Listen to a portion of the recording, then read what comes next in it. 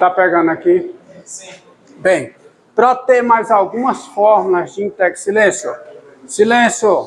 Para ter mais algumas fórmulas de integração, a gente precisa das funções trigonométricas inversas. Não é que as funções trigonométricas têm inversas. Nenhuma delas tem inversa. Tá? Então, o que são as funções trigonométricas inversas, né? Então, veja, vamos começar. A função seno, e lembre que a função seno, ela tem domínio R contra domínio R, mas ela não é injetiva, nem sobrejetiva. Então ela não é invertível, ela não tem inversa, tá? Entretanto,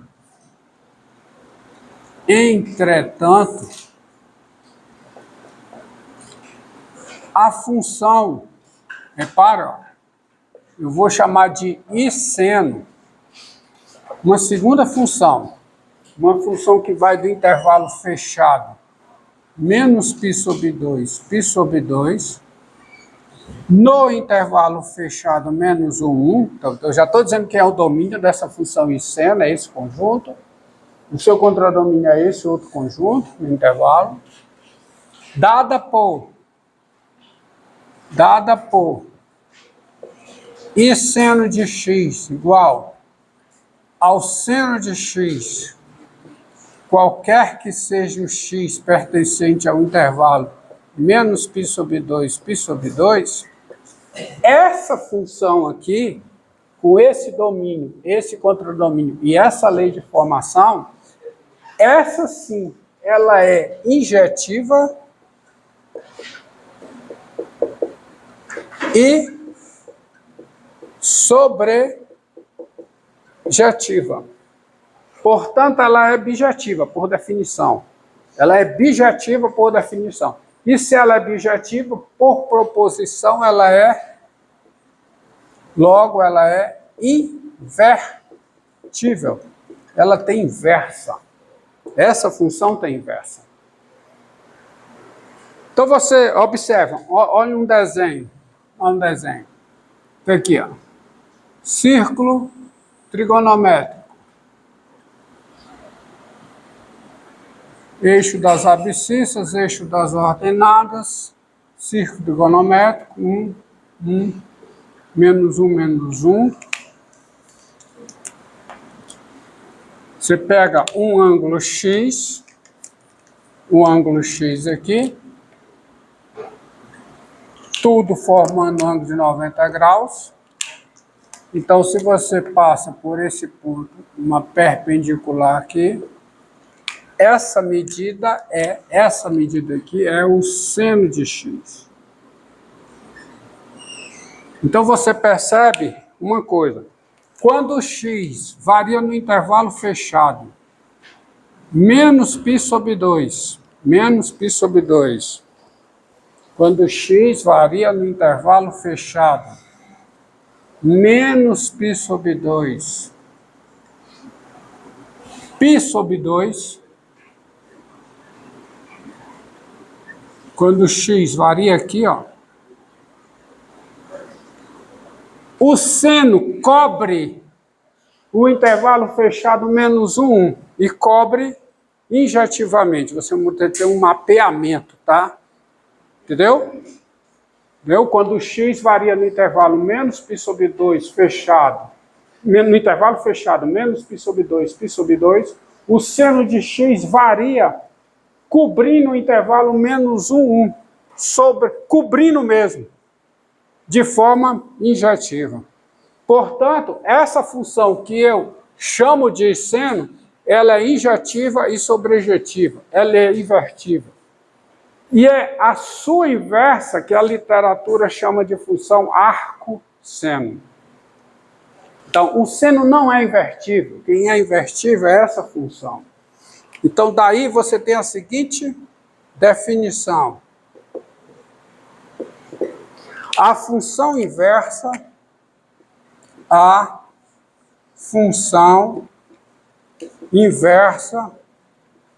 da função que eu chamei de I seno, essa função aqui, ela é denominada, ela recebe um nome, ela é denominada função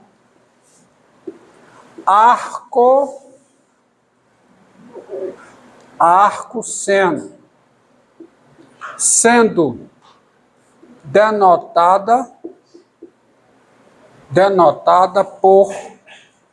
por isso aqui, arc-seno. Então, é ela que tem, é a função I seno que tem inversa.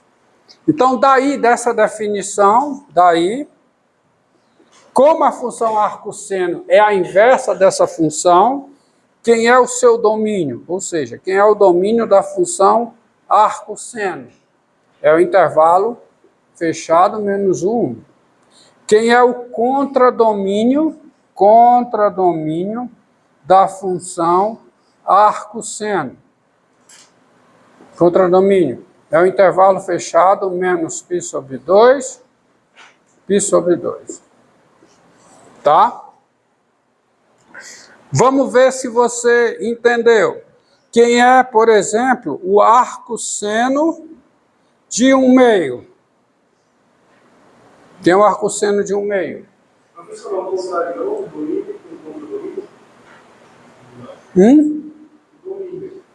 Domínio do arco-seno. O arco-seno é a inversa da função I seno.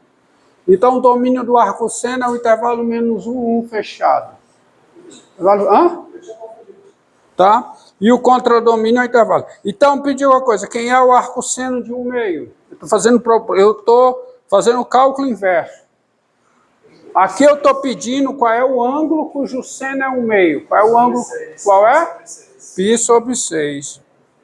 π sobre 6. Tá certo? Quem é o arco-seno de menos raiz de 3 sobre 2? Qual é o ângulo cujo seno é menos raiz de 3 sobre 2? Pode falar grau? Não, grau não tem grau, é radiano. Menos π sobre 3.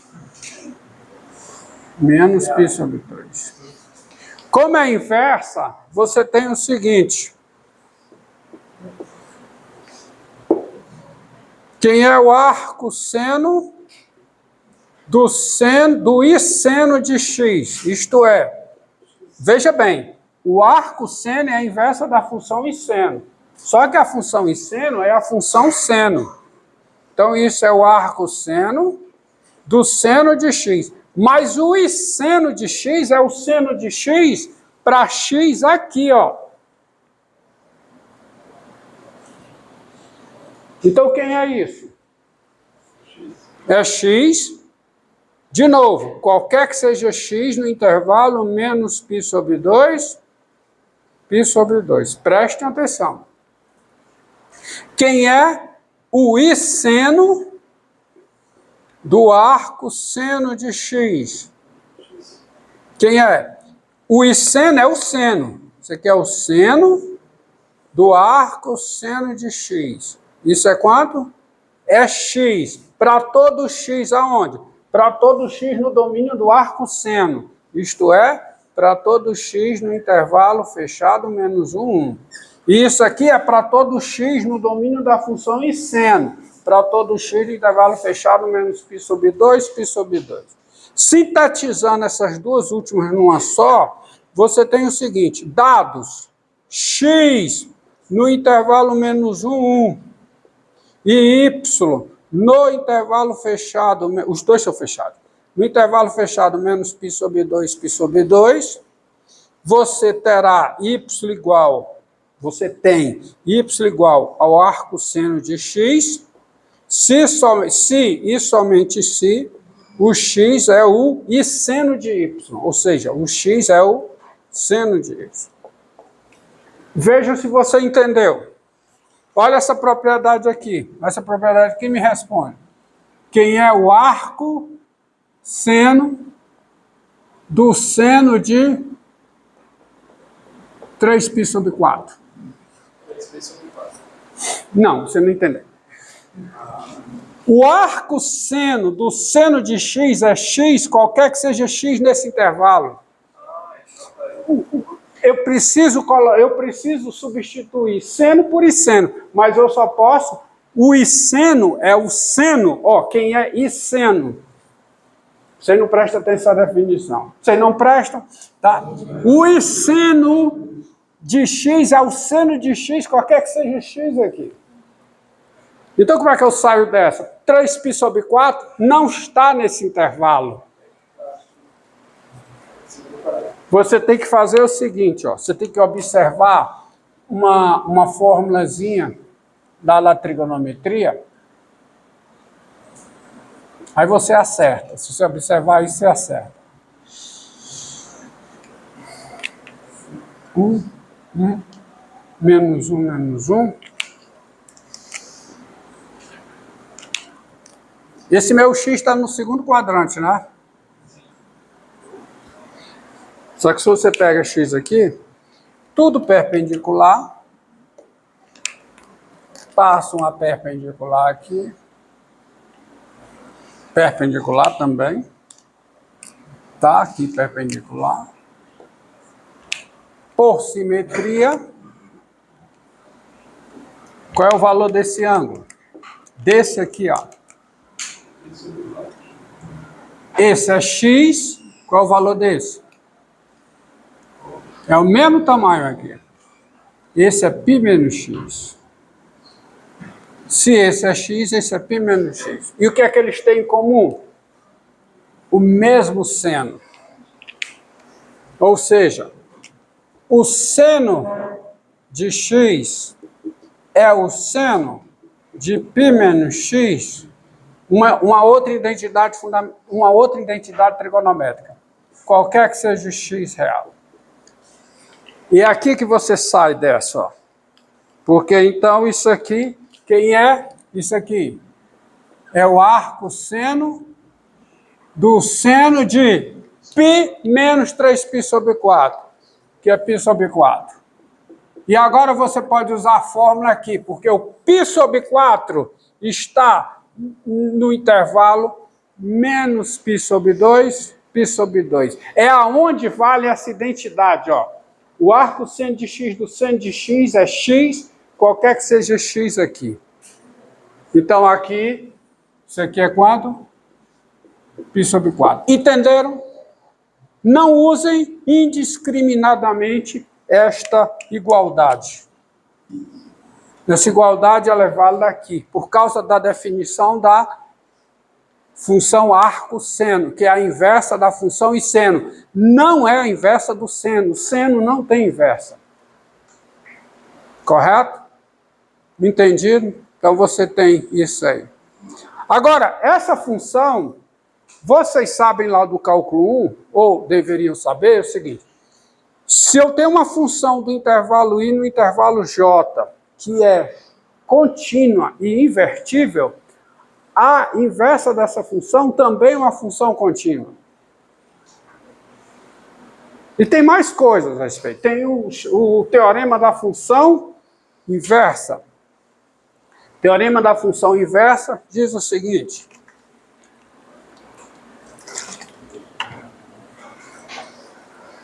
Tá?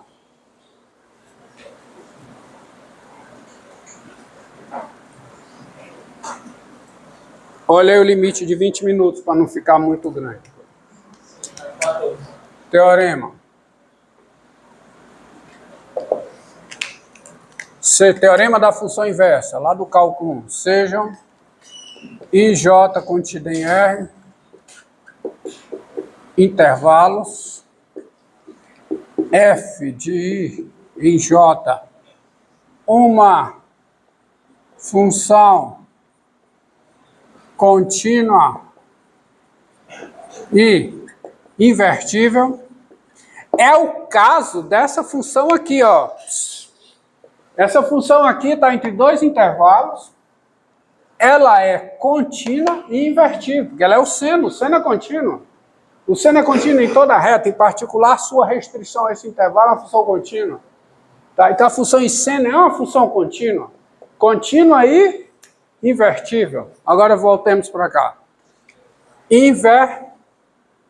Uma função contínua e invertível. E x pertencente a i.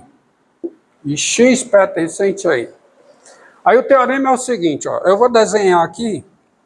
Bem, vou colocar ali. Se f é diferenciável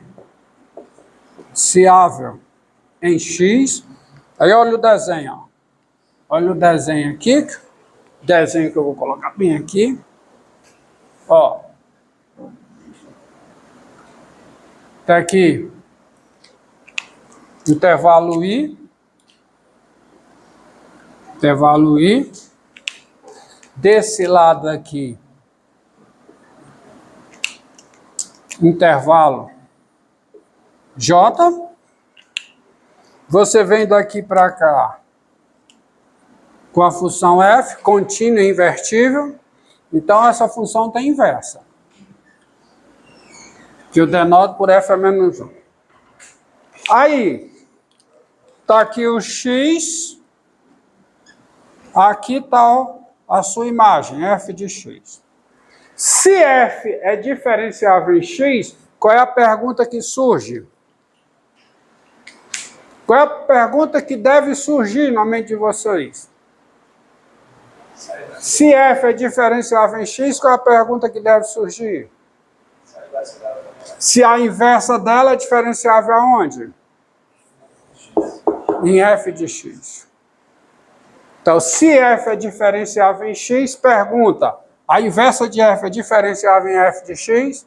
A resposta é sim, desde que a f, além de ser diferenciável em x, tem o seguinte, se f é diferenciável em x e a derivada da f em x é diferente de zero,